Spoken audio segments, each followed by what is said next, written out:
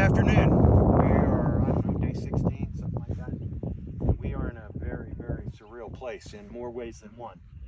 We are at Great Sand Dunes National Park. It's a Friday and lots of people.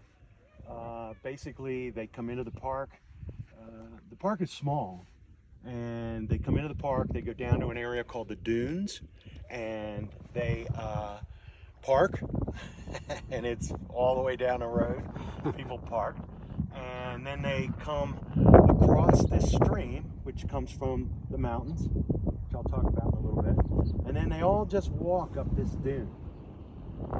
It's soft sand.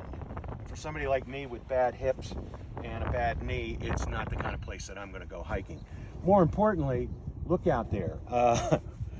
It looks to me like the refugees fleeing Fallujah. You know, the Americans just bombed. It's very, very obnoxious. That's all I can say. The dunes themselves, absolutely incredible. Look like tan-colored ocean waves, frozen. Behind us, we have the Sangre de Cristo mountains, all part of the San Juans, and ultimately the Rocky Mountains.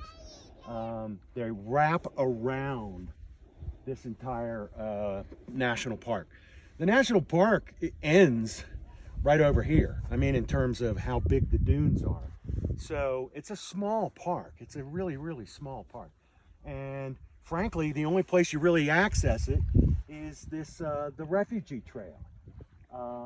And so people are hiking up. You hike up to the top. You probably can't see it, but there are people that are working their way all the way up to the top dune, and you know, walking in that sand. And imagine, they say it gets to 140. The sand can get 140 degrees. So this is not my cup of tea kind of place. It's worth seeing. It's definitely worth seeing, but I can't see us spending more than an hour, hour and a half here. The valley, on the other hand, that we came through to get here, and this is in the middle of nowhere. I mean, it's going to take you forever to get here, and there are very few services. It's just this. It stands alone at the base of the mountains. But the San Luis Valley is really, really interesting. It was the northern limit of Mexico before it became the United States. And so what happened was the Mexican government gave basically land patents or grants to get their citizens to move up, and to keep these wily Americans at bay. And they did. They were given land grants. They started farms. They were called pobladores, and they've thrived in this valley because it's got a lot of water. And then, of course, the United States went to war with Mexico and won the war very quickly. And in 1848, with the Treaty of Hidalgo, Guadalupe, this all became the United States. And overnight, the Mexicans that had been here for over a generation, they were American citizens. And actually, everything was fine. They didn't quite understand what had happened, and they didn't speak any English. But hey, it was kind of, life went on the same way it always had. But then the American pioneers, I love that phrase, pioneers.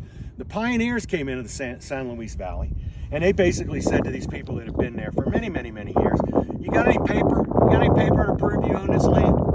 They didn't, and they were evicted as squatters, and the whites took over this entire rich agricultural valley. And then the lawyers rolled in, and they started all suing each other. They actually had 100,000 acre land disputes that went to court.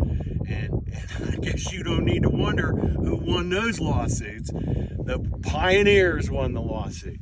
So you've got this grand valley that was part of a great river valley, and then you've got these dunes that undoubtedly have blown in from the valley, and some of it is erosion from the mountains. And it sits in this bowl, and it stays here because basically it's got a wall around it. And then you open it up to these crazy people. These people are digging giant holes with big shovels like they're at the beach at Ocean City. I'm not sure, and it's muddy. It's not, I mean, there's sand over here, but look down here, this is mud. And they're digging with big shovels, holes, and building sand castles and all the like. And it is the strangest beach that I have ever been to. So what I would say to you is, because this is a unique environment, it's worth checking out. But I wouldn't set a lot of time aside for this particular spot.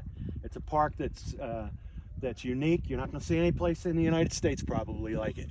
But it's one of those roll in, check it out, snap a few photos, hit the road.